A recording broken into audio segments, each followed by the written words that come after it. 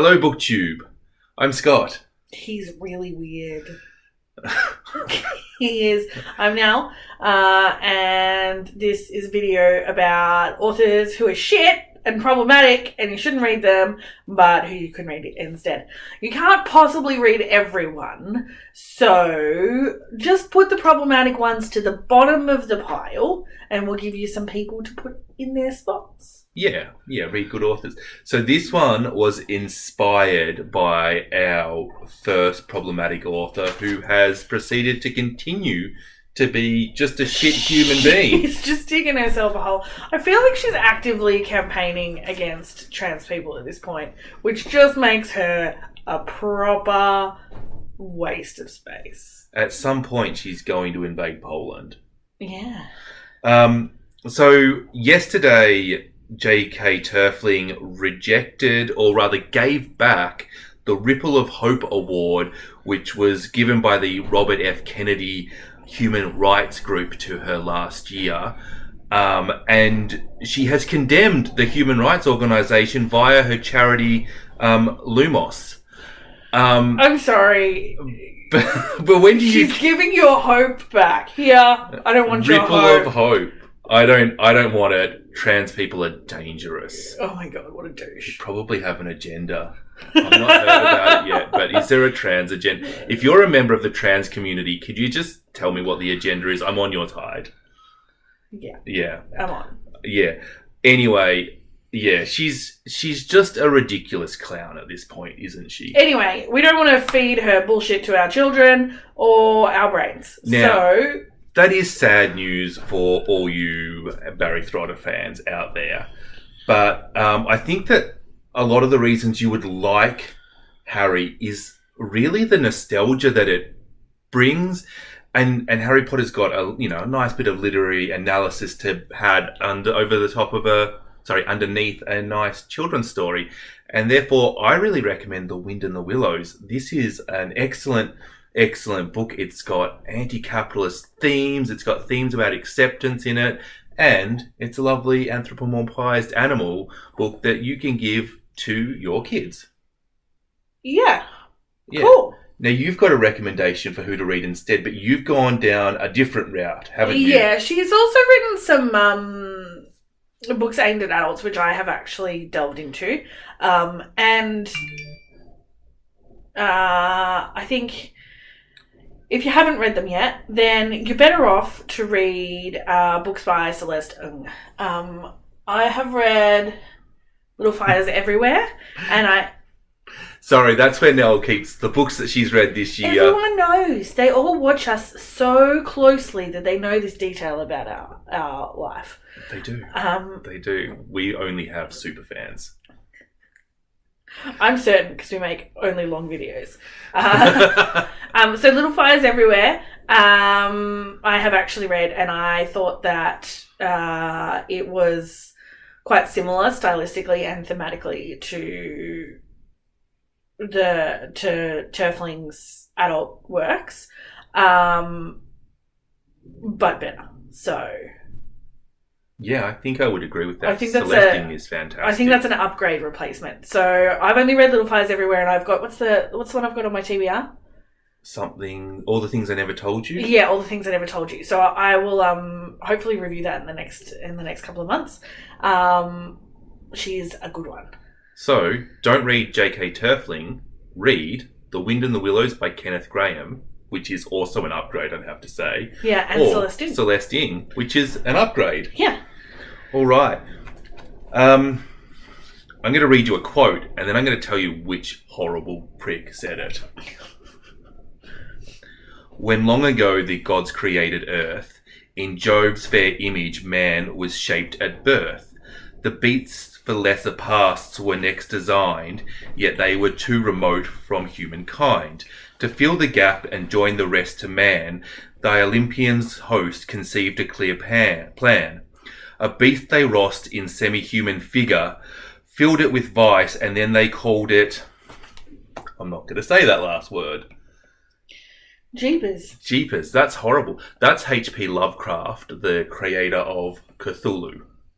Bruh! Right, so Lovecraft is a very prominent figure in early fantasy sort of novels. He's a real SFF sort of, people love him.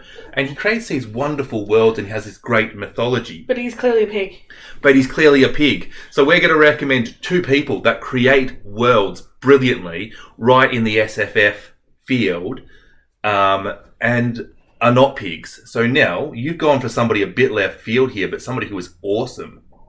Margaret Atwood. So, yeah, okay, she's not really technically SFF, I guess. But she does often write in that genre. If you've read the Oryx and Crake trilogy, you would understand what I'm talking about. She does like to create a world before she gets started with her story. So I think that if you're into reading about alternate universes, then she's a rockin' one. And she tends to make, anti-racist points rather than pro-racist ones. Also, a lot of times, where does SFF finish and dystopian begin? Yeah, I definitely think that that's a huge crossover. Yeah. Now, as far as world building goes and really satiating your inner nerd, you could definitely do a lot worse than J.R.R. Tolkien. He's the master of world building. He really is. And again, I think we can all agree that Tolkien is an upgrade on Lovecraft if you're an SFF reader. Yeah. And Margaret Atwood is also an upgrade on Lovecraft, although she's a bit left field and a bit Yeah, different. I do have to say, we're talking about problematic authors. Margaret Atwood is a bit whitewashy in the sense that a lot of her worlds are quite white-centric. But I do think there's a leap and a bound difference between probably not doing quite well enough when it comes to representation versus the poems got read. Yeah. I think we can definitely say that Atwood is, maybe needs to do a little bit better, but so does every other author. Yeah, I think we can all improve all the time. Yeah, I don't. And that's the point, isn't it? Yeah, that's it. All right.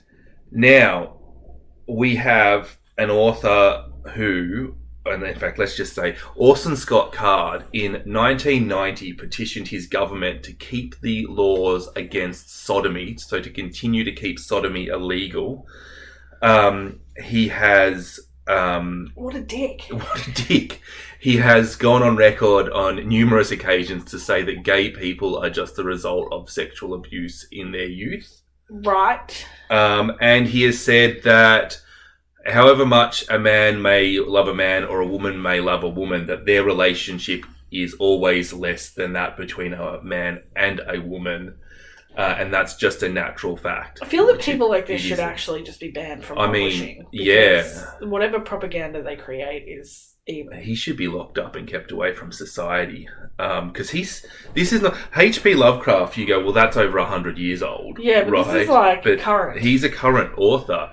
And Endergame is one of the big science fiction authors. And I have to say, when I was doing this research, the three genres that kept coming up over and over again, classics because back in the day, outdated. Yeah.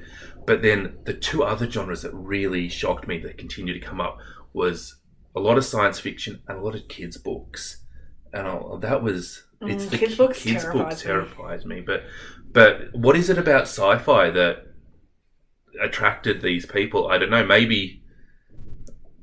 we've actually got to talk about two non-problematic sci-fi authors, because they're excellent. So, now I feel like I'm stealing your favourite author at the moment, because you're actually well better read in Octavia Butler than me. I've read twice as many books. Well, she's a new discovery for both of us. She is just a fantastic writer. To be honest, she could have written in any genre and it wouldn't have made a difference. She would be great. But she does write this dystopian sci-fi fiction that is just delicious, doesn't she? It is delicious. I could eat it with a cup of coffee. It's like cake. now, the other author that we're going to recommend is an author that we disagree on. Oh, I love Frank Herbert. I love June. It was so good. It's so good. Just read it. Just read it? Just read it. It's so good. I've implied that it's not good by saying I don't like Frank Herbert. No one thinks your taste is any good anyway. Okay. Well, if you agree with Nell and think that I'm full of hot air and rubbish, then go read June by Frank Herbert. And if you don't think he's full of hot air and rubbish, just remember that he didn't get it. You didn't. Totally got it. This is an old joke. Nell and her friend were talking, and I'm like, oh, I'm reading this book and it's so bad. And Nell's like, what's the book? And I'm like, June. And they're like, nah, you don't get it. I'm like, I haven't even said why it's bad yet. And they're like, nah, you don't get it. If you think it's bad, you don't get it. You didn't get it. Yeah, but also, I was talking about the first book, and you were, like, quoting stuff that happened in, like, the series because you couldn't remember what happened in what books. Like, that is very true. I suspect that the first book was not the best of the series. So give the whole series a shot. It's a good one because Orson Scott Card writes a lot of books, and Frank Herbert wrote a long series of books. So it's a lot. It'll keep you busy for a couple of years. The last one, I think this one is the most depressing of the lot. Yeah, upset me. There is a trait. Oh wait, I've got the quote on my phone. I've just got the start of the quote there. There is a trait in the Jewish character that does provoke animosity. Maybe it's a kind of lack of generosity towards non-Jews. I mean, there's always a reason why anti-anything crops up anywhere, and even a stinker like Hitler didn't just pick on them for no reason. I mean, come on. That is Roald Dahl. And I just want to point out another, like, we're going to call him he's definitely anti-Semitic, but let's just double down on the racism. If you've read Charlie and the Chocolate Factory, which I have not, but I've just found out the Oompa Loompas in the book are black pygmies from Africa running around being slaves and acting like clowns. Yeah, which, it's just like weird child brainwashing. Yeah. It's horrible. Anyway. It's horrible. Anyway, now you've picked a book series. Ooh, what's happened there? Sorry. I've moved the mouse. I'm sorry.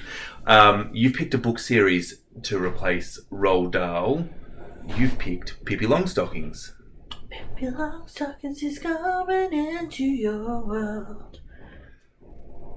You get a thing to sing the theme song for the TV show to recommend the book. Yes! Pippi Longstockings is the bomb. She's like an empowered teen that gets up to mischief and trouble and is a middle-aged book. I don't know if she's a teen when it starts. I think she's a kid. She's a kidlet. She's got a horse in her house. Oh my God, really? Yeah, it's the best. Such a good character to build a series around. Is she the reason why all little kids want a pony? No, she's the reason why all little kids want to be pirates. Okay. Come on. Now, Roald Dahl is a bit of a silly writer.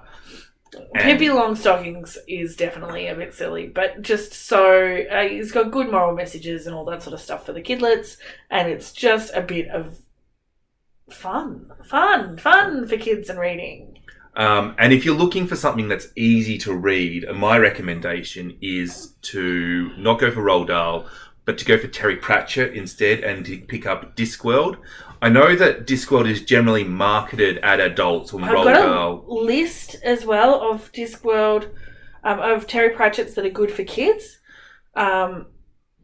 Dragons at Crumbling Castle, The Time-Travelling Caveman, The Wee Free Men, The Witch's Vacuum Cleaner, and heaps more. There's so many. Just Google which ones are the best for kids. But Terry Pratchett's sense of humour, it really does scream, I am writing for a 14-year-old. Like, yeah. You know, the 5 horsemen of the apocalypse, you know, Famine, Pestilence, the other two that you already know, and Eric, who was busy when they got famous. And, like, it's that sort of ridiculousness that... Right up Scott's alley. But it's so, like, that is high school kid humour that... And he writes adventure as well. I mean, not that you really... So... Who is your recommendation to replace any of these problematic authors? And which problematic authors are you looking for recommendations to replace? And I have to say, the list of we could have made this video so long. The list of authors. Do you need more alternatives? Because we can do another one of these. We can definitely call more authors out and... Yeah, like we cut this short here to keep it a good length. We didn't even talk about Orwell and killing elephants. I mean, there's a whole video on that. You should watch it. And link in the description. Yeah. But there's a lot of other authors we could have discussed here that got cut because of time. So we could do another video if you like. Let us know. That's it. See you in the story. Bye. Bye.